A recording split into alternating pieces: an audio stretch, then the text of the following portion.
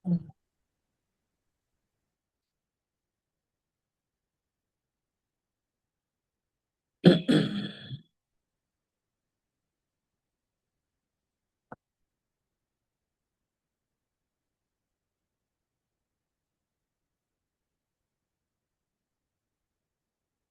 ဲအရင်ဦးဆုံးဥပုသ္တေများရောအလူရှင်မိသားစုများပါဩဃတကြောကျိုးဖြင့်ညီညာဖြတ်ဖြတ်ရခိုးကြောလိုက်ကြရအောင်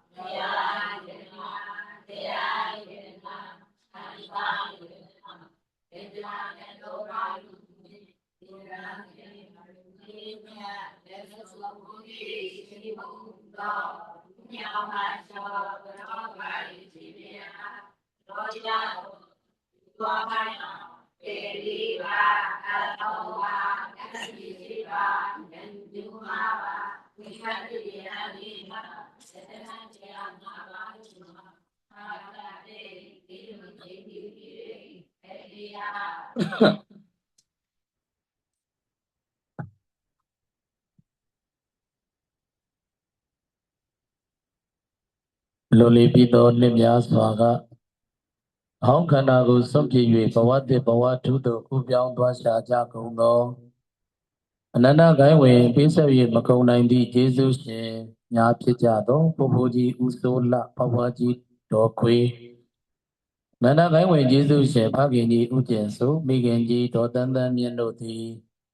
အကယ်၍များကြားနိုင်မြင်နိုင်သိနိုင်သောဘုံဘဝဘုံဌာနတို့သို့ရောက်ရှိနေခဲ့သည်ဖြစ်냐ဒီကနေ့အမိအဖအဖိုးအဖွားတို့ဤပေးဆက်၍မကုန်နိုင်သောကျေးဇူးတရားကိုတုံ့ပြန်ပေးဆက်သောအဖြစ်သမီးလိမ္မာသမီးယရနာမြီလိမ္မာမြီယရနာမငိမ့်ငိမ့်ဣစာမဒိုင်ုံမြို့နယ်အမင်္ဂတန္တရာရက်ကွယ်ဇဝယရနာမောဂဝိပဿနာဓမ္မရိပ်သာကျောင်းတိုက်တော်ကြီးအတွင်မိမိရဲ့အဖိုးအဖွားများနေထိုင်ခဲ့တဲ့အိမ်ကေဟာနဲ့ကပ်လျက်နေရာမှာဆောက်လုပ်တော်များဖြစ်တဲ့နှစ်ထပ်ကျောင်းဆောင်တော်ကြီးအတွက်ဝိဟာရဒါနကျောင်းလူတော်ငွေကျပ်သိန်း20တိတိလူရန်ကထိုကုသိုလ်ကောင်းမှုတို့၏အဖို့ဘာကကိုရေစက်သွန်းချအမြတ်တမ်းပေးဝေမည်ဖြစ်ပါ၍ဘိုးဘိုးကြီးဦးစိုးလဘဝကြီးတော်ခွေဖခင်ကြီးဦးကျင်စိုးမိခင်ကြီးဒေါ်တန်းတန်းမြင့်တို့သည်တရားနာကြွရောက်နိုင်ပါရန်မိသားစုများရဲ့ကိုစားသမီးယရနာမြီအလိမ္မာရဲ့ကိုစားဘုန်းကြီးတို့ကမေတ္တာရှိထားတရားနာဖိတ်ကြားပေးပါတယ်အကယ်၍တရားနာကြွလာသည်ရှိသောသက်ဆိုင်ရာမျိုးဆောင်နဲ့ရွာဆောင်နဲ့ရက်ွက်ဆောင်နဲ့လမ်းဆောင်နဲ့ကျောင်းဝင်းချန်ဆောင်နဲ့ကျောင်းတိုက်ဆောင်နဲ့ဓမ္မယုံဆောင်နဲ့အစရှိသည်တို့ကအတားအစီအပိတ်အပင်အကန့်အကွက်အဟံအတားမပြုပဲခိတ္တခဏတရားနာခွင့်ပြုပေးပါရန်နှင့်အကယ်၍များဝေးလံခေါင်းပါရက်တပါးသို့ခရီးလွန်နေခဲ့သည်ရှိသောအယလေးမျက်နာကိုအစိုးရတဲ့တတရထဝီရုံလကဝီရူပခကုဝေရစသောနမင်းကြီး၄ပါးတို့မှတဆင့်စကားတဆင့်နာအဖြစ်ပြောဆိုဖိတ်ကြားပေးကြပါရန်နှင့်အကယ်၍များဝေးလံခေါင်းပါရက်တကားသို့ခရီးလွန်နေခဲ့သည်ရှိသောဖိတ်ကြားပေးကြပါရန်နှင့်ရဟနာကြွလာသည်ရှိသောသက်ဆိုင်ရာမျိုးဆောင်နဲ့ရွာဆောင်နဲ့ရက်ွက်ဆောင်နဲ့လမ်းဆောင်နဲ့ကျောင်းဝင်းချန်ဆောင်နဲ့ကျောင်းတိုက်ဆောင်နဲ့အစရှိသည်တို့ကအတားအဆီးအပိတ်ပင်အကန့်အကွက်မရှိတရားနာခွင့်ပြုပေးပါရန်နှင့်ဝေလံခေါင်းပါရတပါးသို့ခရီးလွန်နေခဲ့သည်ရှိသောအယလေးမျက်နာကိုအစိုးရတွင်တတရထဝီရုံလကဝီရူပကကုဝေရစသောနမင်းကြီး၄ပါးတို့မှတဆင့်စကားတဆင့်နာအဖြစ်ပြောဆိုဖိတ်ကြားပေးကြပါရန်နှင့်ဝမ်းမြောက်နှုမောတာရုခေါ်တရားနာရည်သက်ချပြီးတဲ့အခါမှာလေမိမိတို့ရဲ့ဘုံကံကုသိုလ်ကံအလျောက်ဖြစ်ပေါ်ရရှိထားသောဘုံဗိမာန်ဘုံဌာနများသို့ပြန်လည်ကြွရောက်နိုင်ပါရန်ကြိုတင်ပြီးတော့မေတ္တာရက်ခံအသိပေးအပ်ပါသည်ဗုဒ္ဓတဘုဇံမဟာတေဇဝန္တောဓမ္မတဘုဇံမဟာပညာဝန္တော Tam gata puza maha bhagavanto hu yue dedana pali lashi dene lyoni zwa Shikojin itiya myanojin itiya yode pyojin itiya phito mugondo Laya myeso yadana taya myeso yadana tanga myeso yadana huso ato Yarana do myatomba do iko igo yonchi myano laso mo yue Shikho buzo bhumyo mansyo kadolai ya gondo Yaranataya takisa panama karawa kaumu kudukan seirana Doni vido nemyaga bawa dadon kwelon lido pupuji usula papaji do kwe Pagini ujenso migenji do tanda miendo a Tasenda tasento te myamado bombawa bondhana do Yashi Yoshi Kanza Sanza Naima Sejin Pilia Bombawa Night Nadu E Bombay Mania Tana Myapi Zomba Sejin Jonga Viva Jesu to the Mi Yarana Mi Yarana Manini Isama Viva Bobo Do A Yizu Yui Zabu Yarana Joundai Adwen Night South Domi Nata Jound Zaunoji Adwa Jound and Durongwe Jet Dana Se Didi Duraya Do Vihara Dana Kaumuku Dokan Sirana Saudi Se Saudi Jong Pito Tila Kudokan Sirana Pamya Se Pamya Jong Pito Bhavana Maya Kudokan Sirana Pya Pya Dujao Alundor Gargama Banduro Gauno Nedagawa Naya Chama Nivi Dagudaga Miba Jesu Boba Jesu Pisate Tami Alema Tami Yarana Manini Isando Midazu Abanduro Gauno E Koတွင်ကိုပအိမ်တွင်အိမ်ပခြံတွင်ခြံပလုပ်ငန်းတွင်ပနထာနာတို့၌မကောင်းသောဘေးဥပတ်ရန်အန္တရာယ်အသွဲသွဲတို့သည်မကြမရောက်ကင်းစင်လွင်ပြောက်ကြကုန်သည်သာဖြစ်၍96ဖြာ98ဖြာဘီယောဂကင်းဝေးกว่าရွှေနဲ့လည်းပြည့်စုံငွေနဲ့လည်းပြည့်စုံကုန်လုံးပြည့်ဝချမ်းသာကြကုန်သည်သာဖြစ်၍ကကြီး3ပါးမှကျော်လွှားလွန်မြောက်ခါတရားမြတ်စွာသာသနာတော်မြတ်ကြီးကိုဆွမ်းသင်္ကန်းကြောင်းစေပစ္စည်း၄ပါးတို့ဖြင့်အမြဲထာဝရသတ္တတဘို့တိုး၍လူနိုင်တန်းနိုင်ထောက်ပံ့နိုင်သာသနာပြုနိုင်သောစီးပွားဥစ္စာများတနေ့တခြားဒီရေအလတိုးတက်ပြည့်စုံအမြဲထာဝရကိုကျမ်းမာခြင်းစိတ်ဤချမ်းသာခြင်းပြည့်စုံကြပါစေဥဒ္ဒနောခေါ်လိုက်လူငွေကပ်မယ်လို့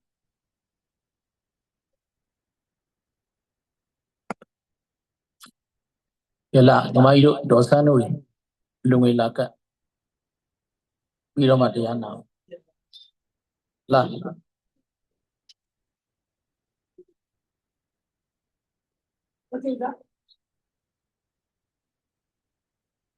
ီနားလေးလူတန်းစီနေလိုက်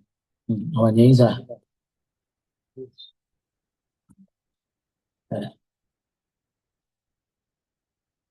ဒါတို့အနီးမကြီးတွေဟောကြီးတွေဟောသမီးလာပြကြရနာသမီးလေးတွေ့လားဟုတ်ယေစုအရှင်ဖေယတတိတော်တို့သည်ဖိုးဖိုးကြီးဦးစိုးလှ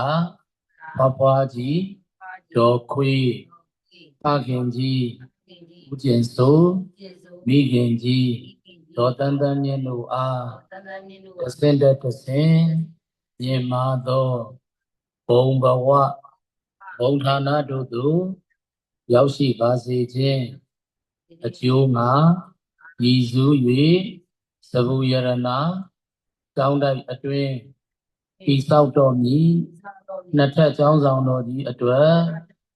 ကျောင်းအလိုတော်ငွေ30ကျပ်ကိုနိဗ္ဗာန်ရည်မှန်းလူတန်းပါ၏အရှင်ဘုရားကျောင်းတော်ခေါ်သာဓုသာဓုသာဓုတရားပြီးတော့အောက်ပြန်သွား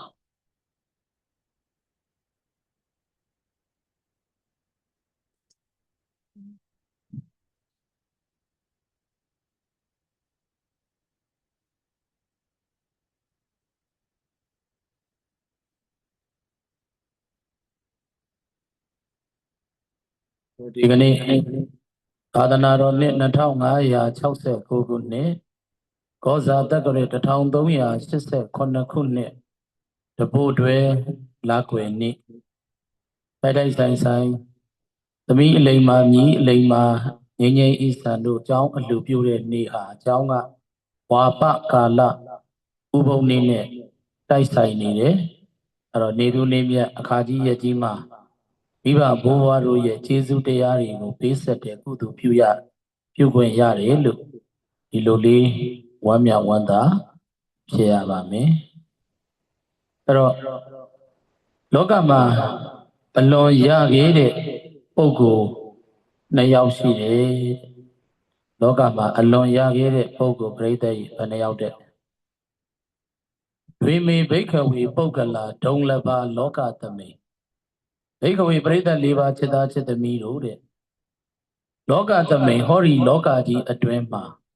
တွေ2ယောက်ကုန်သောပုဂ္ဂလာပုဂ္ဂိုလ်တို့ကိုဒုံလဘာရခဲ့ကုန်၏ကတ္တမေတွေအဲ့ဒီရခဲ့တဲ့ပုဂ္ဂိုလ်2ယောက်ကဘယ်သူတွေလဲလို့ဆိုတော့ယောစပုပ္ပကာရီယောစကတင်ညုကတဝီတဲ့ပြိတ္တရဲ့လောကမှာအလွန်အင်မတန်မှရခဲ့တဲ့ပုဂ္ဂိုလ်2ယောက်နံပါတ်1ကယောစပုပ္ပကာရီဆိုတာကရှေးဥစွာကြိုတင်ပြီးတော့ကျေးဇူးပြုတတ်တဲ့ပုဂ္ဂိုလ်ကိုလေလောကမှာရခဲ့ပါတည်းအဲ့တော့ရှေးဥစွာကြိုတင်ပြီးတော့ကျေးဇူးပြုတတ်တဲ့ပုဂ္ဂိုလ်ဆိုတာဘယ်သူကိုပြောတာလဲဆိုတော့လောကမှာရှိတဲ့သားတိုင်းသမီးတိုင်းတို့ရဲ့ပေးဆက်လို့မကုန်နိုင်တဲ့အနန္တကျေးဇူးကုန်ပိုင်ရှင်မိခင်ဖခင်2ယောက်တို့သည်သားသမီးတွေမျက်နာမမြင်ရသေးခင်အမေဝမ်းထဲမှာကိုယ်ဝင်ဆောင်ရတဲ့အချိန်ကစလို့အဖေတို့အမေတို့ရဲ့ချစ်ချင်းမေတ္တာအဖေတို့အမေတို့ရဲ့ကျေးဇူးတရားသည်သားတိုင်းသမီးတိုင်းရဲ့အပေါ်မှာပြိတ္တိမရှိဘူးလားရှိလားထိုနည်းတူစွာပါပဲအဖေတို့အမေတို့နဲ့အတူသားအချစ်မြေးအနှဲဆိုတဲ့အတိုင်းပဲအဖိုးတွေအဖွားတွေကလည်းအမြင်ရသေးတဲ့မြီးလေးအပေါ်မှာဝိုင်းပြီးတော့ချစ်ခင်ကျင်နာပြုစုယူရစောင့်ရှောက်ခဲ့တဲ့ကျေးဇူးတရားတွေပြိတ္တိရဲ့လောကမှာမရှိဘူးလားရှိလားဒါကြောင့်မလို့အဲ့ဒီလိုရှိဥစွာကြိုတင်ပြီးတော့ကျေးဇူးပြုတတ်တဲ့ပုဂ္ဂိုလ်ကိုလည်းလောကမှာရခဲ့ပါလိမ့်နံပါတ်2ကယောစကတင်ညုကတဝေဒီတဲ့ကတင်ညုသူ့ကျေးဇူးကိုသိတတ်တဲ့ပုဂ္ဂိုလ်ကတဝေဒီသိတတ်သည့်အားလျော်စွာသိုံနဲ့မပြီးဘူးကျေးဇူးကိုသိလဲသိတတ်တယ်သိတတ်သည့်အားလျော်စွာတုံ့ပြန်ပေးဆက်တဲ့ကျေးဇူးသိတတ်ကျေးဇူးပေးဆက်တဲ့သာယရဏသမီးအလိမ္မာမြီးအလိမ္မာမြီးယရဏတွေကိုလေလောကမှာပြိတ္တရေရခဲ့ပါတည်းဒီနေ့ခေတ်ကာလပိုဆိုးလာကျေးဇူးသိတတ်ဖို့နေနေသားသားကျေးဇူးပေးဆက်ဖို့နေနေသားသားကျေးဇူးရှင်ကိုကျေးဇူးစွတ်တဲ့သူတွေကျေးဇူးကမ်းတဲ့သူတွေလောကမှာပိုပြီးတော့မများလာဘူးလားများလာဒီကနေ့တော့ဘုယောဇပုပ္ပကာရီရှေးဥစွာကျေးဇူးပြုတတ်တဲ့မိခင်ဖခင်တို့နဲ့တကွဘိုးဘိုးဘွားဘွားတို့ရဲ့ကျေးဇူးတရားကိုသမီးအလိမ္မာသမီးယရဏဘုန်းကြီးတို့ရဲ့တပည့်မငိမ့်ငိမ့်ဤစံကကျေးဇူးတရားကိုသိလဲသိတတ်ပါ रे သိတတ်သည့်အားလျော်စွာလဲအကြောင်းတိုက်ဆိုင်တိုင်းမှာကုသိုလ်ကောင်းမှုတွေပြုရည်စူးကုသိုလ်ပြုပြီးတော့ဒီကနေ့မိဘကျေးဇူးအဖိုးအဖွားတို့ရဲ့ကျေးဇူးကိုတုံ့ပြန်ပေးဆက်တဲ့နေ့လို့ပြိတ္တရေဒီလိုပြောရင်လည်းမရဘူးလားဒါကြောင့်မလို့လောကမှာအဲ့ဒီလိုမိဘကျေးဇူးကိုသိတတ်သည့်အားလျော်စွာပေးလေပေးဆက်တဲ့ပုဂ္ဂိုလ်ကြီးရမယ်အကျိုးတရားကိုသူဝနာတာမဇတ်မှာဘုရားဟောတာရှိတယ်။ဘာဟောတာတလဲပြိတ္တရေနော်အလုံးသိပြီးသားအလောင်းတော်သူဝနာတာမမျက်စိနှကွင်းအလင်းမရတဲ့ဒုက္ခလနဲ့ပါရိကအဖေနဲ့အမေယတိအိုကြီးနှစ်ပါးတောထဲမှာပြုစုလှုပ်ကြွေတတိရှာရေခတ်ရွှေအောင်အစင်းရှိလို့ရွှေအောင်အသားအရည်ရှိလို့သူဝနာတာမအမည်ရတဲ့အမျိုးတော်သားသည်ရွှေအောင်အစင်းရှိတဲ့တမင်တအုပ်ခြံရံပြီးတော့အဖေနဲ့အမေတောက်ဖို့သုံးဖို့ချိုးဖို့မြစ်ထဲကိုဆင်းပြီးတော့ရေခတ်သမင်သားအလွန်ကြိုက်လို့တောပြည့်တောကစားထွက်လာတဲ့ Pili Yaka Meniga, Duena Tamago, the men Otema, Yoro, the men Temido, the entrance wado, a say Lutare, say Lumiane, Brede, Mapipula. Say Lumia Abikayaro, Ta Lema, Duena Tama. Yazidi, Mon Bido, the Lumioba, Tinide, a chema. Iba Jizugo, Tile, Tita, the Andioswa, Pile, Pisate, Ta Lema, Pite, a Kajaro. Bride teachers of Natamiga, go Timbia, Tissa, Suvido, Tissa using Tomchan, Apine Amigo de Toacola, Pilia Kameniga, Apine Amiga Letisari, so Yida Yiri, Tomchan like the Akama. Bride Yimiazi Momi, the Lumiova Tinide, allow not to win at the ma, Bride Yamido. Tashi Tensha, Jama, Yipian, Combido, Jama, Pagri, Chandas, Wapin. The Bigani, Brady, Maluke, Udan looking. Ero, Yamina, Potempia, Potempia, Vido Maki, Luya, Sugu, Tauma, Miva Jesu, Tita de Talima, Duena, Dama. Then Luya, Sugu, Tauma, Biva me, Hola, Lugula, Neparica, Lule, Luya, Sugu, Tauma, Ulu, Dilo the Jamina, Su Town Kaine, a car. Viva Nabaga, Basu Town the Lenga, Along Javu. Ta shui o tan la ra go mien chin pare lo panya shi miba napa ka prit thai yin su ma taung la ta shui o tan la ra go mien chin pare ta shui o tan la bi so de ka ta di prit thai yin atat pyan ma shin ya ma la shin ya ma la atat shin ma chan ma shui o tan nai ma goအဲ့တော့သားလည်းအသက်ရှင်ရတယ်ရွှေအိုးထမ်းလာတယ်ဆိုတော့သူတို့အတွက်သုံးဖို့ဆွဲဖို့ပရိသတ်ရေရိတ်ခါရွှေအိုးလည်းမရဘူးလားတားရွှေကိုထမ်းလာတာကိုမြင်ခြင်းပါတယ်ဆိုတော့မျက်စိနှစ်ကွင်းအလင်းမရတဲ့မိဘနှစ်ပါးတို့လေမျက်စိပြန်မြင်ရပါလို့ဤလို့တစ်ချက်ခုတ်ရင်သုံးချက်မပြတ်သွားဘူးလားဆူတောင်းတစ်ခုထဲမှာပရိသတ်ရေသုံးချက်ပါသွားတယ်တားရွှေအိုးထမ်းလာတာကိုမြင်ရပါလို့ဤမြင်ရပါလို့ဤဆိုတဲ့အတွက်နော်အဖေနဲ့အမေမျက်စိပြန်မြင်ဖို့ရေရွှေအိုးရဖို့ရေတာအဲ့ဒီရွှေအိုးထမ်းလာမှာဆိုတော့တာအသက်ပြန်ရှင်ဖို့ရင်ပရိသတ်ရေအဖေနဲ့အမေတောင်းတဲ့စုထဲမှာတစ်ချက်ခုတ်ရင်သုံးချက်မပါသွားဘူးလားအဲ့တော့တရားမင်းကလည်းနဲ့ရေစင်သုံးဖြန်းစောစောကထိကျဆောင်နဲ့သမီးကလည်းတစ္ဆာရေစင်นี่သုံးဖြန်းအဖေနဲ့အမေကလည်းတစ္ဆာဆိုမေတ္တာရေသုံးဖြန်းလိုက်တော့ဒီဥလနော်ပရိသတ်ရေဒီငယ်စောနဲ့ဒီအနုဖြစ်မိန်မောနေတဲ့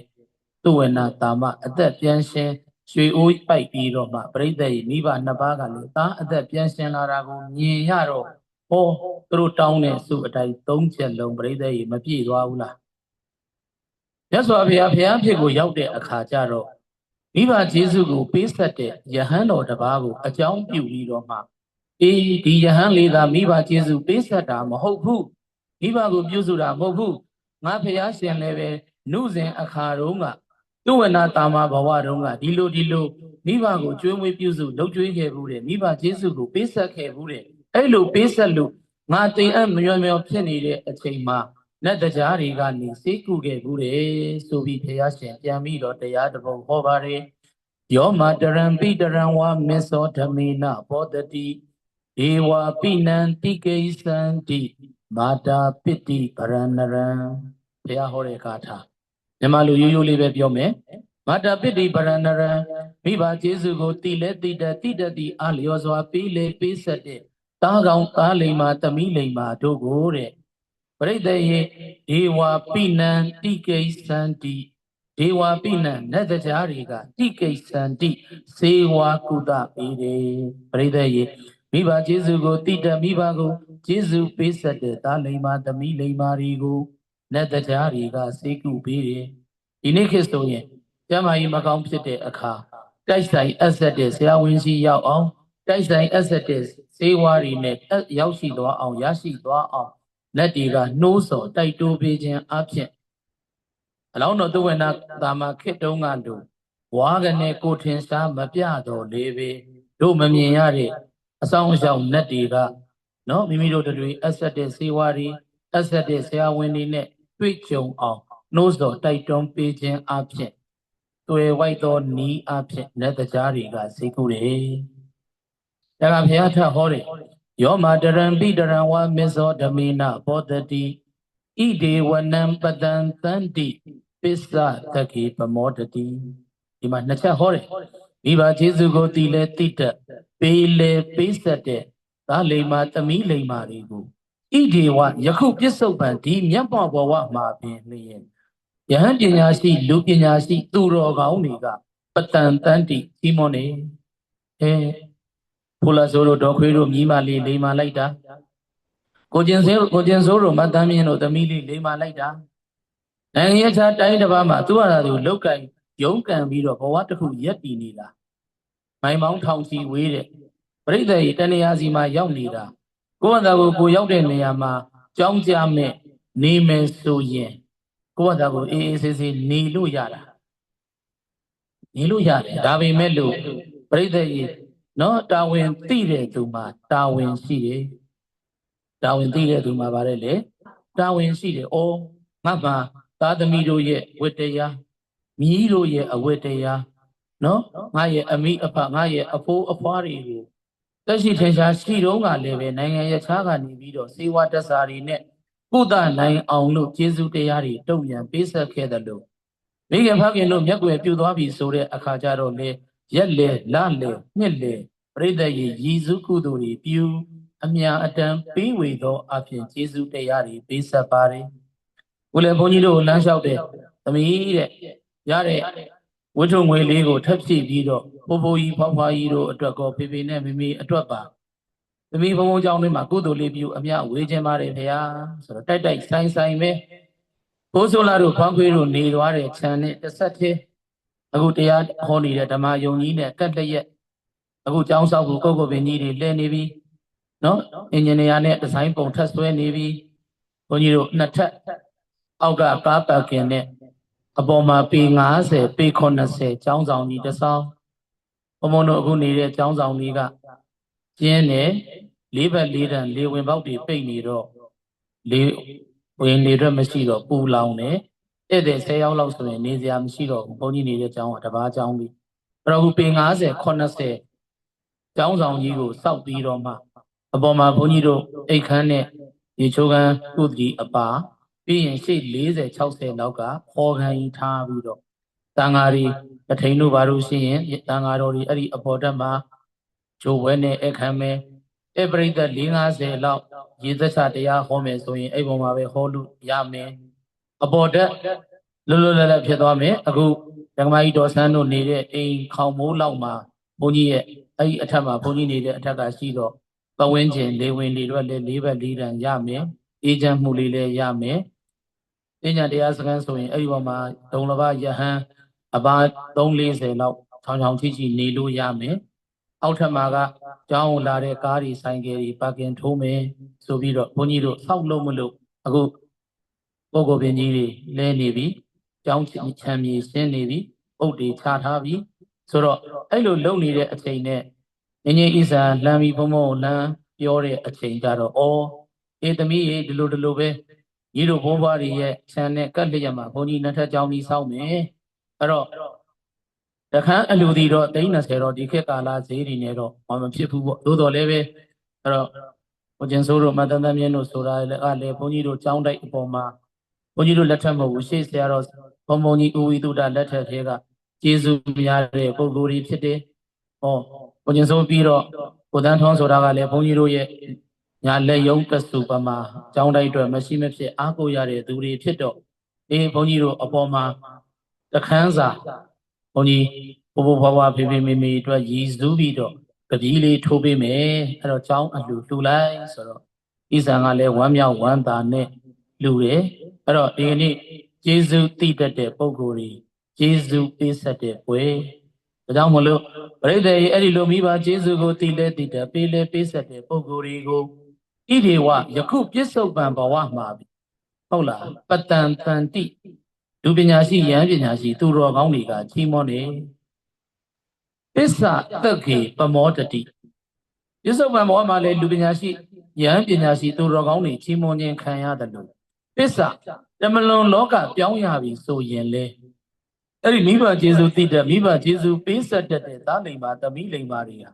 သက်ကေ လက်ပြည်နဲ့ရွာကိုရောက်ရလက်ပြည်နဲ့ရွာကိုရောက်ရပြီးတော့အော်ငါလူဘဝတုန်းကကျေးဇူးတည်တဲ့ကျေးဇူးပေးဆက်ခဲ့တဲ့ကုသိုလ်ကောင်းမှုတွေပြုခဲ့တဲ့ကုသိုလ်အရှိန်ကြောင့်အခုလိုလက်စည်းစိမ်တွေခံစားရတာပါလားလို့ကိုကုသိုလ်ကိုပြန်တွေးပြီးတော့ပမောတတိအလွန်အထူးအကျိုးအလွန်အကျိုးအထူးပင်ဝမ်းမြောက်ဝမ်းသာဖြစ်ရပါတဲ့ဒါကြောင့်ပရိသတ်ဤဒါဒီဘုရားဟောတဲ့သုဝနာသမဇတ်တော်ကဒီကာရနှစ်ခါရာကိုရှေးပညာရှိသူတော်ကောင်းကြီးတွေကလင်္ကာဆောင်ပုတ်လေးစီခဲ့တယ်မိခင်ဖခင်ကျေးဇူးရှင်ကိုကျင်ကျင်နာနာပြုစုပါကဒေဝအမြနတ်တရားတို့မချာနေညဆောင်လျှောက်ကြ၏ယောဂမယစေကုသ၏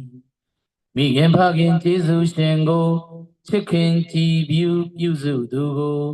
ရှင်လူအမြစေတနာဤပညာရှိများချီးမွမ်းများဤသေလွန်သောခါနတ်တို့ရွာသို့ကောင်းစွာမမထိုသူလာ၏အဲ့တော့ဘုန်းကြီးတို့ရဲ့တပည့်သမီးအလိမ္မာမြည်လိမ္မာငြိမ်းငြိမ်းအင်းဆန်လဲဝမ်းမြောက်ဝမ်းသာဖြစ်လိုက်ပါဩဘု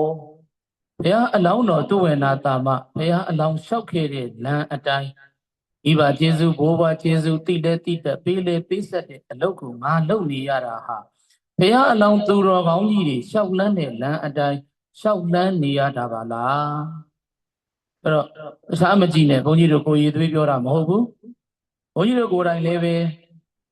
ဟိုဒိုးရန်ကနေဒိုင်ဦးကိုတက်လာတာလူလိုပြောရင်အဝတ်တစ်ထည်ကိုတစ်ခုနော်သင်္ကန်း3တယ်နဲ့တက်လာတာဒီကနေ့ဒီအစဉ်အတန်းနဲ့မြို့ပေါ်မှာနော်ဇဝိယနာဆရာတော်ဆိုပြီးနာမည်တစ်လုံးနဲ့ဒိုင်ဦးမြို့တင်သာမကတနိုင်ငံလုံးနေရာဒေသအသီးသီးမှာကြွပြီးတော့တရားတွေဟောတရားစခန်းကြီးဖွင့်သာသနာပြုလုပ်ငန်းတွေအောင်မြင်လာတာဒီဘုန်းကြီးတို့လည်းဘုန်းကြီးတို့ရဲ့မိဘများရဲ့အပေါ်မှာတုံ့ပြန်ကျေးဇူးပေးဆက်ခဲ့တယ်ယခုလည်းပဲမိဘတွေကိုကျေးဇူးတရားတွေပေးဆက်ပြီးတော့ပြုစုစောင့်ရှောက်နေတယ်ဒါကြောင့်မလို့ဘုန်းကြီးတို့ကိုယ်တိုင်လည်းကိုဗစ်အကြီးအကျယ်ဖြစ်ခဲ့တယ်သို့တော်လည်းပဲအဲ့လိုပဲမမြင်ရတဲ့အထောက်အပံ့နေနဲ့ဟိုးရန်ကုန်ကကိုဗစ်တိုင်းဖြည့်ရေးအဖွဲ့ခေါင်းဆောင်ဆရာဝန်ကြီးတယောက်နဲ့ဂျားကဆရာကြီးဦးသန်းလွင်ကဖုန်းနဲ့ထိတ်ဆက်ပေးပြီးတော့ဟိုဆရာကြီးကလည်းတခါမှမမြင်ဘူးတဲ့ဘုန်းကြီးကိုစိတ်ရှည်လက်ရှည်ဘိုင်ဘာကနေပြီးတော့လှမ်းကြည့်ပေးတွေးလေးစစ်ခိုင်းစေးတွေညွန်ကြား2 လလောက်လူတိုင်းကမရတော့ဘူးဘုန်းကြီးတို့အယိုးပေါ်အရေးတင်နော်အဲ့လိုဖြစ်နေတဲ့အနေအထားကနေပြီးတော့မှဒီနေ့ပြန်ပြီးတော့ရှင်သန်ခဲ့တာဒီဆိုတော့ပြောခဲ့တဲ့မိဘကိုကျေးဇူးပေးဆက်လို့ဒါနှကောင်းနှမျက်တွေကဆိုတော့ပြောသလိုတိုက်ရိုက်ကြီးဘွားကနေမပေါ်လာတော့လည်းပဲကိုယ့်အသက်ကိုကယ်တင်မဲ့ဆရာဝန်နဲ့တွေ့အောင်ဒါလက်တွေကဝိုင်းဝန်းနှိုးဆော်ပေးတယ်လို့ဘုန်းကြီးတို့လိုပဲယုံကြည်တယ်ဘုန်းကြီးတို့ဆိုပဲဟုတ်လားဘုန်းကြီးဆိုပြောလို့အဝတ်တည်းကိုတခုသင်္ကန်း3တယ်နဲ့ဒိုးရန်ရွာကနေပြီးတော့တက်လာခဲ့တဲ့ဘဝကနေဒီကနေ့ကျောင်းတိုက်ထဲမှာဘုန်းကြီးတို့သာသနာပြုထားတာသိန်းကိုထောင်နဲ့တောင်းနဲ့ချီပြီးတော့တောင်းဆောင်နေနဲ့ဟုတ်လားအစားရှိသဖြင့်ဒါလည်းပဲဘုန်းကြီးတို့ကိုယ်ပိုင်ပုဂ္ဂလိကမဟုတ်ပါဘူးသာသနာတော်အတွက်ဘုန်းကြီးတို့လုပ်နေတာဘုန်းကြီးတို့သိသွားရင်ပြန်တော်မူသွားရင်နောက်ဆက်လက်သာသနာပြုမဲ့ဆရာတော်တန်ဃာတော်ကြီးလက်ထက်ရောက်မပင်မပန်းချမ်းသာဟုတ်လားရေအစုံမီးအစုံကျောင်းတိုက်ဆိုလာမီးမော်တော်ယာဉ်ဘာမှပြောစရာမရှိမီတာ5လုံးမီးစက်2လုံးဘုန်းကြီးတို့ဒီလိုလှုပ်ထားခဲ့တယ်ဆိုတာဘုန်းကြီးတို့ရဲ့ကိုကျိုးစီးပွားအတွက်လုပ်တာမဟုတ်ဘူးသာသနာတော်အတွက်ဘုန်းကြီးတို့ပေးဆက်တာအဲ့ဒီလိုပေးဆက်ခွင့်ရအောင်လည်းပဲမိဘကိုကျေးဇူးဆက်မိဘကိုကျေးဇူးတည်တတ်တဲ့အဲ့ဒီကုသိုလ်ကြောင့်ဘုန်းကြီးတို့ရဲ့လုပ်ငန်းတွေအောင်မြင်တယ်လို့ဘုန်းကြီးတို့ဒီလိုပဲယုံကြည်တယ်ဒါဘုန်းကြီးကကိုရည်သွေးတာမဟုတ်ဘူးဟိုဣဆန်တို့ဟိုအတွက်ဘုန်းကြီးကဒါဟိုတာရကတစ်ခုပေါ့နော်ရှေ့မှာတို့ဘုံလေဒီလိုပဲမိဘကျေးဇူးပေးဆက်တဲ့အတွက်ဒီလိုအောင်မြင်မှုတွေရရှိတယ်ဒါဆိုရင်မိဘကျေးဇူးကိုသိလဲသိတဲ့ပေးဆက်တဲ့အတွက်ကြောင့်လည်းပဲသမီးအလိမ္မာသမီးအလိမ္မာသမီးယရနာငင်းငင်းဣဆန်တို့လည်းပဲဟုတ်တယ်ဟလားနော်အကြောင်းသောအကြောင်းတွေကိုအကြောင်းပြုပြီးတော့မှဒါဗမာပြည်မှာရှိနေလို့ရှိရင်ဒီလိုပဲစင်ရဲ့အချို့တဲ့ပင်ပန်းနဲ့သာတင်ပြီးတော့မှသပိန်တစည်းနဲ့ဟိုပြေးတီပြေးဆိုင်ငယ်တစည်းနဲ့ဟိုပြေးတီပြေးဘဝကနေပြီးတော့ဒီကနေ့ဒီအနေအထားကိုဒါမိဘကျေးဇူးပေးဆက်တဲ့အတွက် နှကောင်းနှမျက်တွေကပို့ဆောင်လိုက်တယ်လို့ဘုန်းကြီးတို့ဒီလိုပဲယုံကြည်ပါတယ်ဟုတ်တယ်ဟလားအဲ့တော့လောကမှာသားသမီး၃မျိုးရှိတယ်ပရိသေသားသမီးဘယ်နှမျိုးလဲအတိဇာတံအနုဇာတံဟုတ်လားပရိသေအတိဇာတံအနုဇာတံပုဒ္ဓမိစ္ဆန္တိပန္တိတာအဝဇာတံနာအိသန္တိယောဟောတိကုလကန္တနောလောကမှာသားသမီး၃မျိုးရှိတယ်တဲ့အတိဇာတသားသမီးဆိုတာမိဘထက်ပိုပြီးတော့မြတ်တဲ့သားသမီးတဲ့အနုဇာတသားသမီးဆိုတာမိဘနဲ့ဓာန်တူရှိတဲ့သားသမီးတဲ့အဝဇာတသားသမီးဆိုတာမိဘအောက်ဂုံရီအဆင့်အတန်းနှိပ်ပါသွားတဲ့သားသမီးဤစံတို့ဆရာမတွေဆိုတော့သိရတို့ကလေးတွေကိုစာသင်တော့ degrees of comparison ဟုတ်လား adjective တွေမှာ degree ၃မျိုးရှိတာဟုတ် positive degree comparative degree superlative degree ဟုတ်လားအနိစ္စအလတ်စာအမြတ်စာနော် good better best ပေါ့ဟုတ်လားအဲ့ဒီလိုပဲ degree ၃မျိုးရှိတယ်လို့ပဲအနိစ္စအလတ်စာအမြတ်စာ၃မျိုးရှိတယ်လို့ပဲမိဘအောက်နှိမ်ပါတဲ့အဝဇာတသားသမီးမိဘနဲ့ဓာန်တူရှိတဲ့အလတ်စာနော်အနုဇာတသားသမီးမိဘထက်တာလွန်မြင့်မြတ်တဲ့အတိဇာတသားသမီးလို့သားသမီးဘယ်နှမျိုးရှိလဲ၃မျိုးတို့များရဲ့တလောကလုံးညွတ်ရုံဥခိုက်ပူဇော်ထိုက်သောမြတ်စွာဘုရားရှင်ကိုတော်မြတ်ကြီးသည်မိဘထက်ပိုပြီးတော့တာလွန်မြင့်မြတ်တဲ့အတိဇာတသားယရဏလို့ပြောရင်မမှန်ဘူးလားမိဘကပြန်ပြီးတော့ရှ िख ိုးဥခိုက်ပူဇော်ရတဲ့ပုဂ္ဂိုလ်တူအဖြစ်သူ့ဘဝကိုမတိဆောက်သွားဘူးလားတိဆောက်သွားတယ်အဲ့တော့လောကမှာသားသမီး၃မျိုးရှိတဲ့နေရာမှာအတိဇာတံအနုဇာတံပုဒ္ဓမိစ္ဆန္တိပန္တိတာပန္တိတာအတိအလိမ္မာဉာဏ်ပညာရှိတဲ့မိဘတို့ဒီအတိဇာတံအနုဇာတံအတိဇာတသားသမီးနဲ့အနုဇာတသားသမီးဒီသားသမီးနှမျိုးကိုပဲပညာရှိတဲ့မိဘတွေကအိသန္တိအလိုရှိတယ်အဝဇာတံနာအိသန္တိအဝဇာတံမိဘအောက်ဂုံအရေးအချင်းနှိမ့်ကြသွားတဲ့အဝဇာတသားသမီးမျိုးကိုတော့ပညာရှိတဲ့မိဘမှန်ရင်နာအိသန္တိ not wanted အလိုမရှိဘူးမှန်ရလားအဲ့တော့ဒီကနေ့ဘုန်းကြီးတို့တပည့်သမီးလိမ္မာမြည်ယရဏမငင်းငင်းဣသန္တိမိဘထက်တာလွန်မြင့်မြတ်တဲ့ဘဝတစ်ခုကိုဤဆောက်ပိုင်ဆိုင်နေတဲ့နော်အတိဇာတသမီးယရဏတယောက်ဖြစ်တယ်လို့ဘုန်းကြီးတို့ဒီလိုသတ်မှတ်ခြင်းပါတယ်ဒါကြောင့်မလို့မြတ်စွာဘုရားရှင်လက်ထက်တော်တုန်းကမိဘထက်တာတဲ့အတိဇာတသမီးအကြောင်းလေး9မိနစ်လောက်ပြောပြီးဘုန်းကြီးတို့တရားညီကုန်းချုပ်ပါမယ်အဲ့တော့အလုံးသိတဲ့ကျောင်းတကာကြီးအနာတပိန်မှာနော်ပရိသတ်ကြီးသားအငယ်ဆုံးလေးတယောက်ရှိတယ်မောင်ကာလသမီးအကြီးကမဟာသုဘတ္တာတဲ့နော်ပြီးလည်းပြီးတော့သမီးအလက်ကသုလသုဘတ္တာတဲ့သမီးတတိယသမီးကသုမနဒေဝီသားအငယ်ဆုံးကမောင်ကာလသားသမီး၄ယောက်ရှိတယ်သားသမီးဘယ်နှယောက်ရှိတယ်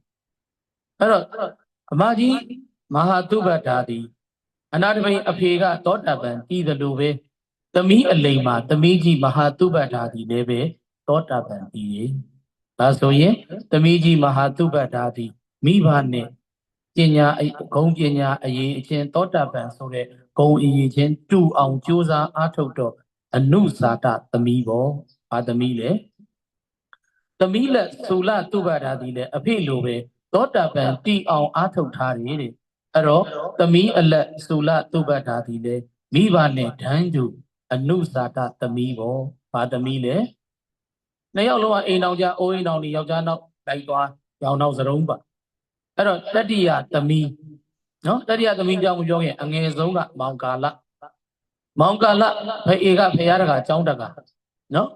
ဖေကဖေရတကအကြောင်းတကပရိသေရေနော်သောတာပန်တီထားတဲ့သာဝတိတစ်မျိုးလုံးမှာသူမပါရင်မပြီးမြို့မြတ်နှဖုံးသူတော်ကောင်းကြီးအဲ့ဒါသားယရဏမဖြစ်ဖဲနဲ့သားယရဏမောင်ကာလကတောက်လိုက်စားလိုက်မူးလိုက်ယူလိုက်ပျော်လိုက်ပါလိုက်လောင်းကစားလှုပ်လိုက်ကြက်တိုက်လိုက်ဖဲရိုက်လိုက်နဲ့ဆုံးပြူလေးဖြစ်နေတာဒါပေမဲ့အနာတပိန်ကအဲ့ဒါကိုမောင်ကာလကိုဘုရားเจ้าရောက်အောင်တရားနာပြည့်အောင်ပတ်စံနဲ့ သူလိုချင်တဲ့မုံဘိုးပတ်စံနဲ့စီယုံသိမ့်သွင်းပြီးတော့နောက်ဆုံးဘုံကြောင်သွားဥပုသ်ဆောင်တရားနာနောက်တရားသိသွားတဲ့အခါကျတော့မောင်ကာလလည်းသောတာပန်တည်တော့အဝဇာတသာဇိုသားမိုက်ဘဝကနေမိဘနဲ့ဂုံရီတူတဲ့အနုဇာတသားဖြစ်သွားပါလေအဲ့ဒီမှာဘုန်းကြီးတို့နော်အထူး modify လုပ်ပြီးပြောချင်တာကနံပါတ်3သမီးသုမနာဒေဝီအပြိုကြီးသုမနာဒေဝီဟာအမတွေအိမ်တော်ပြုပြီးတော့ရောင်နောက်စရုံးပါလိုက်သွားတော့အိမ်မှာတနေ့တန်ဃာ2500အိမ်မှာစွန့်ချက်ကပ်ရတဲ့ကုသိုလ်ကိုအဖေကိုစားအမတွေရဲ့ကိုစားအိမ်ကအလုသမားတွေနဲ့သူကိုယ်တိုင်ဥစီးပြီးတော့နေ့စဉ်အိမ်မှာတန်ဃာ2500ကျော်စွန့်ကပ်စွန့်လောင်းနေဟောအဖေလိုပဲတရားတွေနာတယ်တရားတွေအားထုတ်အဲ့လိုနေလေနဲ့တနေ့အနာတပိတရေကြီးမြို့တဲကအလူဝဲတစ်ခုမှသွားရောက်ကြီးကြပ်စီမံပေးနေတဲ့အချိန်နောက်ပိုင်းကလူယုံတော်ကလာလိုက်ခေါ်တယ်တရေကြီးအရေးကြီးလို့အိမ်ကိုခဏပြန်လိုက်ပါဦးဘာဖြစ်လို့တော့တရေကြီးရဲ့သမီးသုမနာဒေဝီအိယာဖြာကလဲပြီးတော့ယောဂသေးပြီးတော့ကြောင်ကရန်နေဖြစ်နေတယ်တရေကြီးလိုက်ခဲ့ပါဦးတထေးမလေးနော်တပီးတော်လေးတိတ်အခြေအနေမကောင်းဘူးဆိုတော့အဲ့ဒါနဲ့အနာတပိန်လဲတုတ်လိုက်သွားအိမ်မရောက်တော့သမီးဘယ်နဲ့နေတော့တတ်တာရဲ့လားသမီးသတိထားလေကြောင်ကရန်နေဘာလို့ပြောနေတာလဲဆိုတော့အဲ့ဒီမှာသမီးအလိမ်မှာသုမနာဒေဝီကအမကြီးတတ်တာပါတယ်မောင်လေးတဲ့အဖေကိုအနာတပိန်တထေးကြီးကိုသမီးသုမနာဒေဝီကတခြားလို့ခေါ်လိုက်တာလားမောင်လေးလို့ခေါ်လိုက်တာဟဲဒုက္ခပဲငါသမီးတော့ယောဂါဒီတော်သေးနေပြီသေရမှာကြောက်ပြီးတော့ကြောင်6ချားတွေဖြစ်ပြီးတော့ငါအဖေကိုတော့မောင်လေးလို့ခေါ်နေပါပေါ့လားသမီးသတိထားလေသမီးရဲ့သမီးသေရမှာကြောက်လားသမီးမှာကုသိုလ်တွေအများကြီးရှိတယ်လေသမီးရဲ့အမကြီးသေရမှာမကြောက်ပါဘူးမောင်လေးတဲ့ဟောပရိသေသေကံဤသုမနာဒေဝီကဖေကိုဘာလို့ခေါ်သမီးတတိလွတ်မဖြစ်နဲ့သမီးတတိကထားလေဩအမကြီးတတိမလွတ်ပါဘူးမောင်လေးရေအဲ့လိုပြောပြီးတော့နောက်ဆုံးသမီးအလိမ်မှာသုမနာဒေဝီပရိသေယေစုတိစိတ်ကကွယ်လွန်အနိစ္စရောက်သွားတယ်သူချစ်အဆုံးသမီးအလိမ်မှာလေးကွယ်လွန်အနိစ္စရောက်တော့အနာတပိန်မျက်ရည်မစဲနိုင်ဘူးသောတာပန်ဆိုတာဒိဋ္ဌိနဲ့ဝိသိကိစ္စပဲပယ်သေးတာဒေါသကိုမပယ်တော့သောတာပန်လည်းငိုသေးတယ်နော်အဲ့တော့ဘုရားเจ้าကိုရောက်တော့မြတ်စွာဘုရားကတကားကြီးခမည်းလည်းတရားတွေသိထားတာပဲသမီးသုံးတဲ့ကိစ္စဒီလောက်ကြီးမျက်ရည်ဆူဆွဲဘာကြောင့်ငိုပွဲတွေဆင်နေရတာလဲမှန်လားပါဗျာပြီးတော့ရထားတဲ့ခန္ဓာတွေဟာတစ်ချိန်ချိန်ပြိုကွဲသေခြင်းတရားနဲ့ရင်ဆိုင်ရမယ်ဆိုတာတပည့်တော်သိပါတယ်ဗျာတပည့်တော်သမီးသေတာသေလို့တပည့်တော်နှမျောလို့ငိုတာမဟုတ်ဘူးဗျာတဲ့အဲ့ဆိုဘာဖြစ်လို့ငိုတာတော့ဒီလောက်တောင်တရားတွေနာတရားတွေအားထုတ်ထားပါလက်ရက်နဲ့တပည့်တော်သမီးဗျာသေကံဤမှာတတိလက်လွတ်တွေဖြစ်ကြောင်ကရန်တွေပြောတပည့်တော်ဖအေးကိုမောင်လေးချင်းထပ်အောင်အခါခေါ်သွားတာအဲ့ဒါတပည့်တော်သမီးဘဝတဆောက်လုံးကုသိုလ်ကောင်းမှုတွေလုပ်တရားတွေနာတရားတွေအားထုတ်ထားပါလက်ရက်နဲ့တတိလက်လွတ်ကြောင်ကရန်တတိလက်လွတ်ဖအေးကိုမောင်လေးလို့ခေါ်ပြီးတည်သွားတာကိုတပည့်တော်ယူချုံမရလို့ငိုတာပါဗျာအနာတပင်ကလျှောက်တယ်ဒကာကြီးတဲ့အဲ့ဒါဆိုရင်တော့ခမည်းမျက်ရည်သိမ့်လိုက်ပါဒကာကြီးရဲ့သမီးဟာတတိလက်လွတ်နဲ့တရားမပါပဲတရားအသိမရှိပဲနဲ့ဒကာကြီးကိုမောင်လေးလို့ခေါ်သွားတာမဟုတ်ဘူးတဲ့သမီးအလိမ်မှာသုမနာဒေဝီကဒကာကြီးကိုဖခင်အနာတပိန်တထေးကြီးကိုသေကံနီးလေးမှာကပ်ပြီးအဲ့ဒါတရားဟောခဲ့တာဒကာကြီးရဲ့ဆိုတော့အနာတပိန်မျက်ရည်တိတ်အံ့ဩသွားတယ်ဘလို့ဖေဟာသမီးကတပည့်တော်ကိုတရားဟောသွားတာဟုတ်လားဟုတ်တာဘောဒကာကြီးရဲ့လောကမျက်စိနဲ့ကြည့်ရင်တော့ပရိသတ်ရေအနာတပိန်ကအဖေသုမနာဒေဝီကသမီးမှန်ပါလေဒါပေမဲ့ဝိပဿနာအားထုတ်ထားတဲ့လောကုတ္တရာနေပယ်ကကြည့်လိုက်ရင်ဘုန်းကြီးတို့အရိယာ၄မျိုးရှိသောတာပန်သုဒ္ဓတဆင်းမျက်နာသဂရဂံသုဒ္ဓတဆင်းမျက်နာအနာဂံအမြင့်ဆုံးကယဟန္တာအရိယာ၄မျိုးရှိတယ်ကိလေသာငြိမ်းအေးမှုဒီဂရီကိုလိုက်ပြီးတော့ကိလေသာငြိမ်းအေးမှုအ ਨੇ အများကိုလိုက်ပြီးတော့အရိယာ၄မျိုးအဲ့ဒီအရိယာ၄မျိုးမှာအနိမ့်ဆုံးကသောတာပန်ထက်သဂရဂံကတဆင့်မြင့်နေသဂရဂံထက်အနာဂံကတဆင့်ပိုမြင့်နေအနာဂံထက်ယဟန္တာကအဆင့်အမြင့်ဆုံးပေါ့ အဲ့တော့အခုအဖေဖြစ်တဲ့အနာတပိန်တထေးကြီးကပရိသတ်ကြီးတခြားလားသောတာပန်လား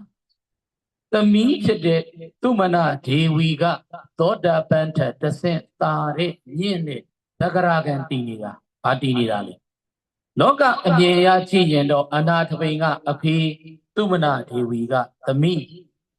တရားသိထားတဲ့ရထားတဲ့မဲ့ညာဖိုညာတရား level နဲ့ကြည့်လိုက်အနာတပိန်ကသောတာပန် level သောတာပန်အစင်ပဲရှိတယ်သမီးဖြစ်တဲ့သူမနာဒေဝီကတဆင့်မြင့်တဲ့ပရိသေယသက္ကရာကံမဖြစ်နေဘူးလား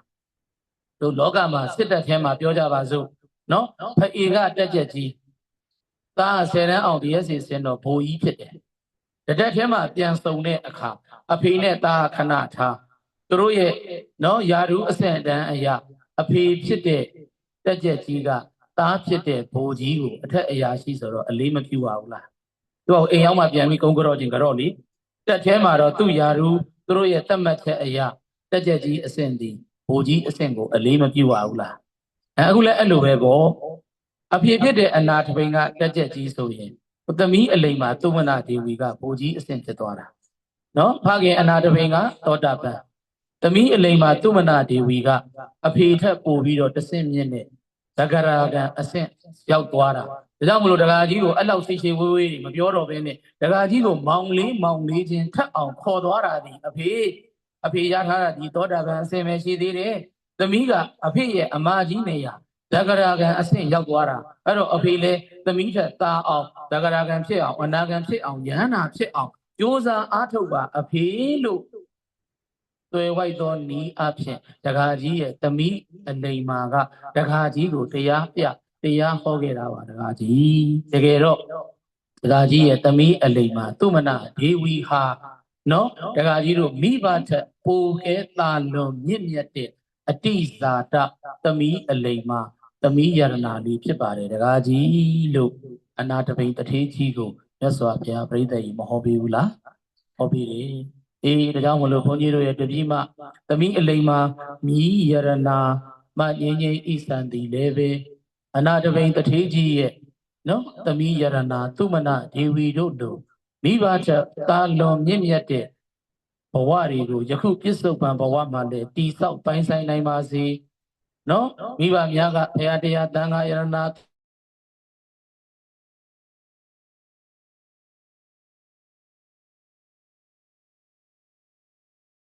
ကျောင်းထိုင်စားကနေပြန်လွန်တော်မူသည့်အထိကိုကျင်စိုးရောမသနာမြင့်ရောနော်ဘုန်းကြီးတို့လက်ထက်ရောက်တဲ့အထိမမကြီးမသနာမြင့်ဆိုလေသုံးခါနီတစ်နှစ်ပိုင်းလောက်မှသာတောက်လျှောက်နေမကောင်းတဲ့ကြားကလည်းပဲကောင်းရင်ကောင်းတယ်လို့ကျောင်းမှာတောက်လျှောက်ဘလူဝဲရှင်သူတို့မဖြစ်မပါမဖြစ်ဝေယဝိဇ္ဇာကုသိုလ်တွေကိုချိန်ဖန်များစွာပြုသွားခဲ့တယ်လို့ဒီနေ့သမီးအလိမ်မာသမီးယရနာမြည်အလိမ်မာမြည်ယရနာမငင်းငင်းဤစံဒီလည်းပဲပြစ္ဆုတ်ပံဘဝမှာလည်းမိဘများထက်သာလွန်မြင့်မြတ်တဲ့ဘဝတွေကိုတိဆောက်ပိုင်းဆိုင်တိုင်းမိဘတို့လျှောက်သောလမ်းအတိုင်းကုသိုလ်ကောင်းမှုတွေကိုဒါနကုသိုလ်သီလကုသိုလ်သမထကုသိုလ်ဝိပဿနာကုသိုလ်ဆိုတဲ့ကုသိုလ်လမ်းကိုလည်းပဲကြိုးစားလျှောက်လန်းပြီးတော့သမီးအလိမ်မာသူမနာဒေဝီအတိဇာတသူမနာဒေဝီလိုမိမိလည်းပဲမိဘများထက်သာလွန်မြင့်မြတ်တဲ့သောတာပတ္တိမဉ္ဇဉ်ဘုံဉ္ဇဉ်တက္ကရာဂာမိမဉ္ဇဉ်ဘုံဉ္ဇဉ်အနာဂါမိမဉ္ဇဉ်ဘုံဉ္ဇဉ်အရဟတမအရဟတဘုံဉ္ဇဉ်လေးရရှိတဲ့မိဘထက်သာလွန်မြင့်မြတ်တဲ့အတိဇာတသမီးအလိမ်မာသမီးယရနာအဖြစ်သာသနာပြုနိုင်တော်သူတော်စင်သူတော်ကောင်းဖြစ်ကြပါစေကုန်တော်ဟူ၍ပတ္ထနာအောင်စုပြုလိုက်ကြကုန်ရာတည်း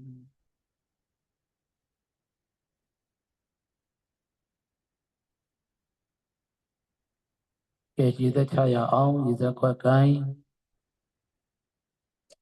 လက်လိုက်စို့အရှင်ဘုရားတပည့်တော်တို့သည်ကံကို၎င်းကံဤ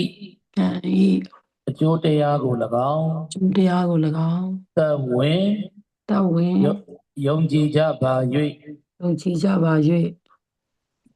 လူနတ်နိဗ္ဗာန်သုံးတန်သောချမ်းသာကိုညီမှန်း၍ဘိုးကြီးပူဆိုလာ ဖွားဖွားကြီး ဖွားဖွားကြီး ဒေါ်ခွေး ဒေါ်ခွေး ဖခင်ကြီး ဖခင်ကြီး ဦးကျင်စိုး ဦးကျင်စိုး မိခင်ကြီး မိခင်ကြီး ဒေါ်တန်းတန်းမြင့်တို့အား ဒေါ်တန်းတန်းမြင့်တို့အား ကျေးဇူးတုံ့ပြန် ကျေးဇူးတုံ့ပြန် ပေးဆက်သောအားဖြင့် ပိတ်ဆက်သောအားဖြင့် သဘူရတနာ သံဃာယရနာ ကျောင်းတိုက်အတွင်း တောင်းတအတွင်း နှစ်ထပ်ကျောင်းဆောင်ကြီး နှစ်ထက်ကျောင်းဆောင်ကြီး တောက်လို့ရဝဲ လို့ရဝဲ ကျောင်းအလူတော်ငွေ တောင်းလူတော်ငွေ 30ကို 30ကို နိဗ္ဗာန်ရည်မှန်း နိဗ္ဗာန်ရည်မှန်း လူတန်းပါဤ လူတန်းပါ၏ အရှင်ဖေယ ရှင်ဘုရား ဤကောင်းမှု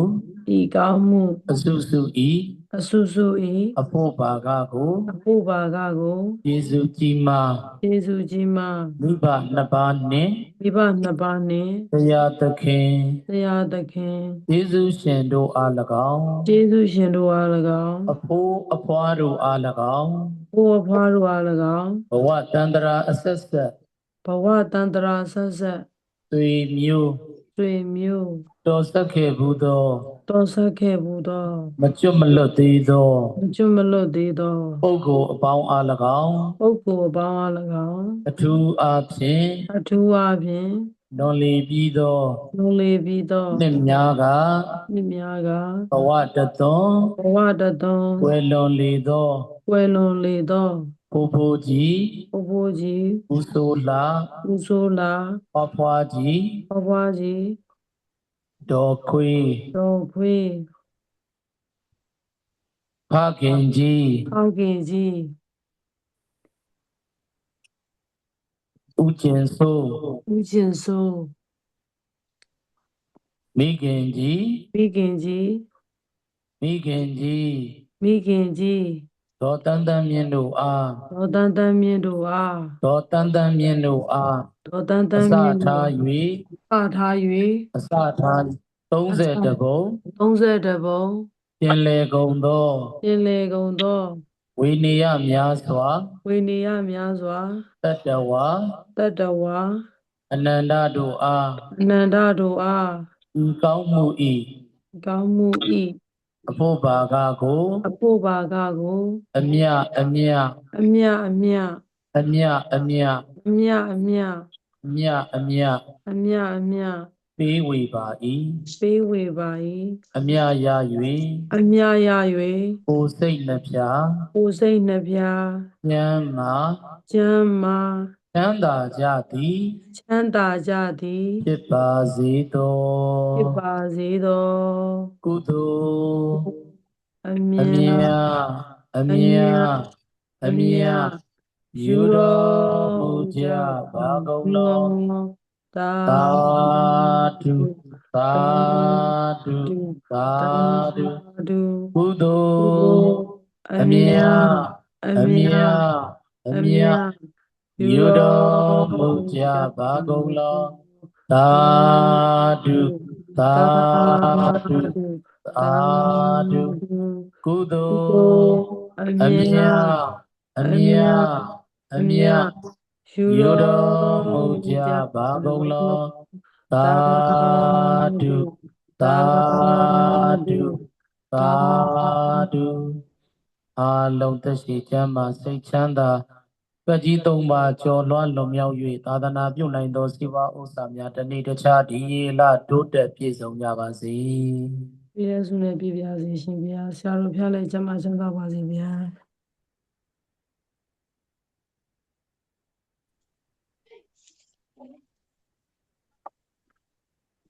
ကဲရပြီနော်ဣစာ တင်ပါဗျာ ဆက်လိုက်တော့နော် တင်ပါဗျာ